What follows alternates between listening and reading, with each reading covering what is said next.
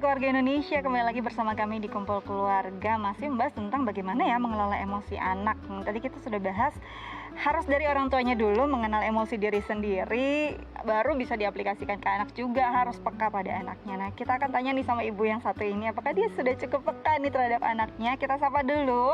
Halo, Ibu Fani. Apa kabar? Alhamdulillah baik. Alhamdulillah. Bu Fani punya putri atau putra berapa saat ini? Putra 2 saat ini. Usia? Usia yang satu udah 8 tahun, yang satu 4 tahun setengah. Oke, Mbak Fani, hari ini kan kita bicara tentang emosi anak. Pernah nggak sih dari dua putranya ini meluapkan emosi yang begitu kayaknya bikin kaget gitu dan sulit dikendalikan? Emosi ya, kalau sering sih, apalagi kan mereka itu kan usianya beda 3 tahun setengah. Ya kesehariannya kayak teman, tapi ya sering juga ya ribut-ribut gitu. Berebutan gadget, ya berebutan mainan, ya kalau udah kayak gitu ya kadang kayaknya yang pusing sendiri gitu. Oke, jadi itu wajar sih memang, apalagi dua anak laki-laki ya. Mbaknya juga merasakan kayaknya emosi satu tadi teman, tiba-tiba jadi enemy gitu ya.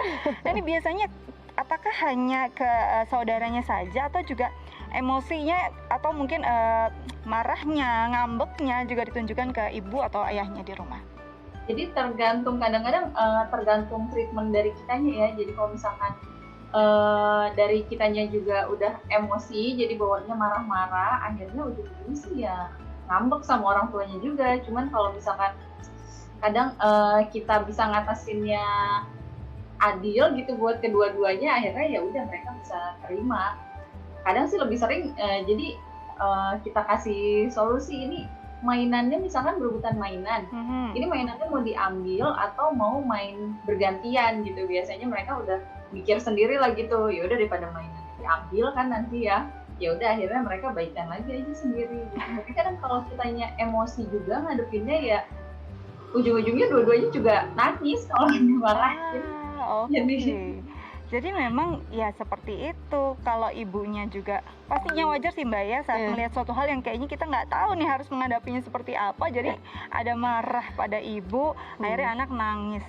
Ini kan kayaknya hal yang wajar gitu ya, bukan wajar karena memang umum terjadi. Tapi sebenarnya pola seperti ini memang benar atau tidak sih? Oke, namanya siblings, terus adik kakak, kemudian ada konflik gitu kan. Itu sebenarnya wajar. Itu juga sebagai salah satu sarana, kalau kita kelolanya dengan tepat, itu bisa menjadi salah satu sarana bagi si adik kakak itu untuk belajar bagaimana sebetulnya memanage dan menghandle konflik dengan baik gitu. Itu bisa belajar tentang aturan-aturan sosial pada saat ada permasalahan di luar, terus gimana bermain tuh yang seperti apa, rebutan mainan itu wajarnya sampai mana, aturan-aturan di luar itu bagaimana. Nah, konflik itu sebetulnya sebagai sarana, interaksi tersebut gitu ya, sebetulnya sebagai sarana bagi anak tersebut untuk belajar tentang sebetulnya gimana sih berhadapan dengan setting situasi, norma-norma atau aturan-aturan sosial yang berlaku di luar sana gitu. Nah, tapi dan ketika konfliknya itu kemudian bisa terselesaikan dengan baik atau istilahnya menjadi konflik yang membangun begitu ya, itu akan membawa banyak manfaat untuk si kakak dan adik ini gitu. Tahu bagaimana pada saat bermasalah, oh ngalah tuh yang kayak gimana sih, ada setting di mana oh ini saya boleh ngalah, oh yang ini nggak boleh ngalah, gimana untuk menghandle-nya dengan baik gitu. Itu sebenarnya memang orang tua sebagai penengah yang sebetulnya punya peranan besar gitu, peranan besar dalam menengahi dan peranan besar juga dalam memahami bahwa ini sudah perlu untuk turun tangan, ini belum gitu. Jadi ada waktu-waktunya di mana emang kita sebagai orang tua udah harus memisahkan atau kemudian menjadi juri yang adil untuk anak-anak kita, atau ya udah biarin aja mereka dulu menyelesaikan dengan cara mereka, dengan gaya mereka, membuat mereka tuh belajar dan memiliki pengalaman handling konflik tuh gimana gitu. Itu juga tuh pelajaran yang penting. Kadang-kadang baru anak denger dikit kita udah stop. Padahal biarkan dulu mungkin ya mereka menengahi diri sendiri, menyelesaikan konflik yang terjadi. Nah Mbak Fani, ini kan masalah emosi nggak cuma marah ataupun nangis kenceng gitu ya, tapi kadang-kadang mungkin ada happy, sedih gitu. Pernah nggak sih berkomunikasi tentang ini pada anak? Mungkin ngobrol tadi di sekolah apa yang dirasakan, pernah nggak sih? Iya sering sih kalau misalkan tiap dia pulang sekolah dia pasti nanya tadi ngapain aja di sekolah, mainnya pas istirahat main apa sama teman-teman gitu kan ya. Jadi ya kadang tapi nggak sering juga sih kalau misalkan ini jadi kalau misalkan apa main sama temen tuh gimana mainnya gitu. Nanti kalau misalkan ada masalah gitu di sekolah temennya gini, aku cuman kasih masukan aja biasanya sih.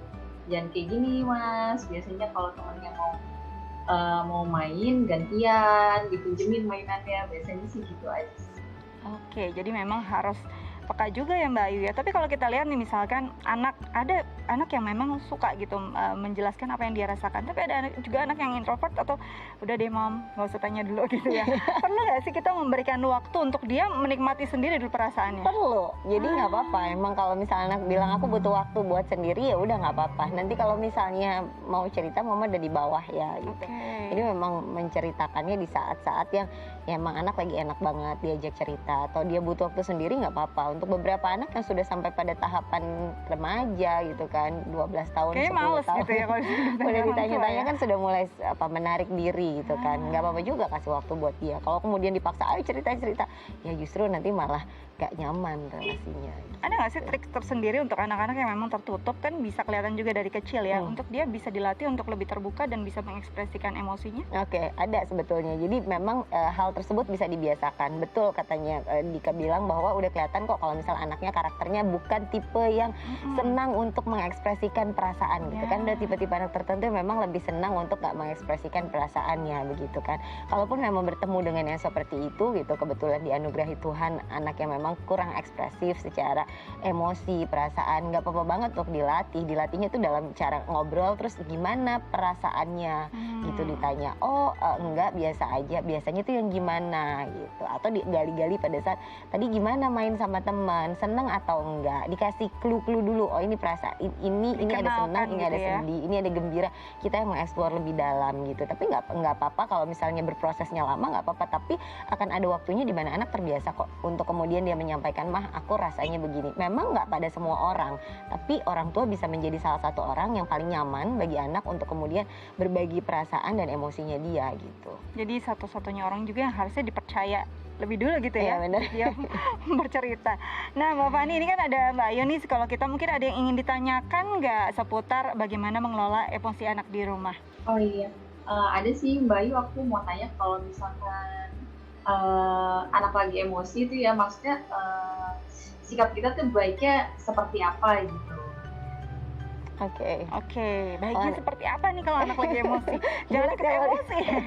jangan sampai Tahan, ini ikut cobaan. terpancing emosi gitu Oke. ya. Kalau anak yang sedang emosi, ada baiknya kita yang menjadi lebih tenang gitu kan. Kemudian bisa secara objektif menilai sebenarnya ini seperti apa gitu. Kalaupun memang tindakan realnya, kalau anak-anaknya memang lagi nangis banget kemudian merasa perlu dipeluk, ya nggak apa-apa kita peluk. Tapi kalau misalnya ngerasa anaknya memang butuh waktu untuk sendiri, sudah agak besar kemudian dia butuh waktu untuk sendiri, nggak apa-apa juga, ya udah butuh waktu sendiri, tapi bilang sama anak, membuat anak paham bahwa ketika kamu butuh mama atau butuh ayah atau butuh ibu, kami ada gitu. Jadi turun ya nanti, atau boleh masuk kamar nanti keluar ya gitu. Tapi kalau kemudian anaknya memang masih kecil, yang sedang menangis banget gitu kan ya, nggak apa-apa juga untuk dipeluk dulu, dipeluk dengan nyaman gitu, sehingga memberikan keyakinan bahwa ada apa gitu. Kami siap untuk bantu releasing emosinya begitu. Mungkin kadang-kala sulit juga untuk anak-anak yang kalau bicaranya belum lancar, kemudian dia mengungkapkan apa kebutuhannya, itu kan susah gitu kan. Itu mungkin kita sebagai orang tua yang harus jauh lebih peka. Apakah ada ketidaknyamanan fisik? Kalau masih kecil-kecil 2 tahun, 1 tahun setengah, apa dia nggak nyaman secara fisik? Kemudian apakah dia merasa ada sesuatu yang sakit atau bagaimana. Nah itu orang tuanya harus peka dan paham juga dengan melihat ini nangisnya seperti apa atau bagaimana gitu. Tapi pada saat anak nangis, yang jelas 1, kita tidak terpancing emosi. 2, berikan kenyamanan pada anak gitu. Ketika memang anak memang belum siap untuk dipeluk, belum siap untuk diajak berbicara, butuh waktu untuk sendiri, nggak apa-apa untuk kemudian yang udah agak besar sedikit ya, berikan waktu untuk sendiri. Kalaupun anak lagi nangis meraung-raung apa segala macam, belum bisa untuk dipegang orang tuanya, nggak apa-apa juga untuk kemudian mengambil jarak dengan anak, biarkan ia ekspresikan emosi emosinya, dan kita hanya menjaga sepanjang dia nggak melakukan hal yang berbahaya atau ada potensi bahaya di sekitarnya gitu. Ketika dia sudah sedikit lebih tenang, baru kita hampiri, tanyakan kenapa, ada apa, kayak gitu. Oh, oke. Jadi memang kita harus menghargai perasaan mereka ya, Bener. dari kecil, karena mereka Iya. juga manusia yang harus dihargai gitu Iya, kan. Oke, Mbak Fani, terima kasih banyak sudah berbagi bersama kami di Kumpul Keluarga. Salam ya buat anak-anak di rumah ya. Sama-sama. Bye-bye. Bye. Aduh, seru banget ya kalau ngomongin emosi anak. Kadang-kadang tuh ya itu yang paling seru adalah gimana kalau kita jangan sampai kepancing. Nah, ini caranya kita mengelola agar tidak terpancing emosi juga. Kita akan bahas tapi jeda dulu ya Mbak Oke. ya. Nah, keluarga Indonesia jangan kemana-mana, tetap bersama kami di Kumpul Keluarga.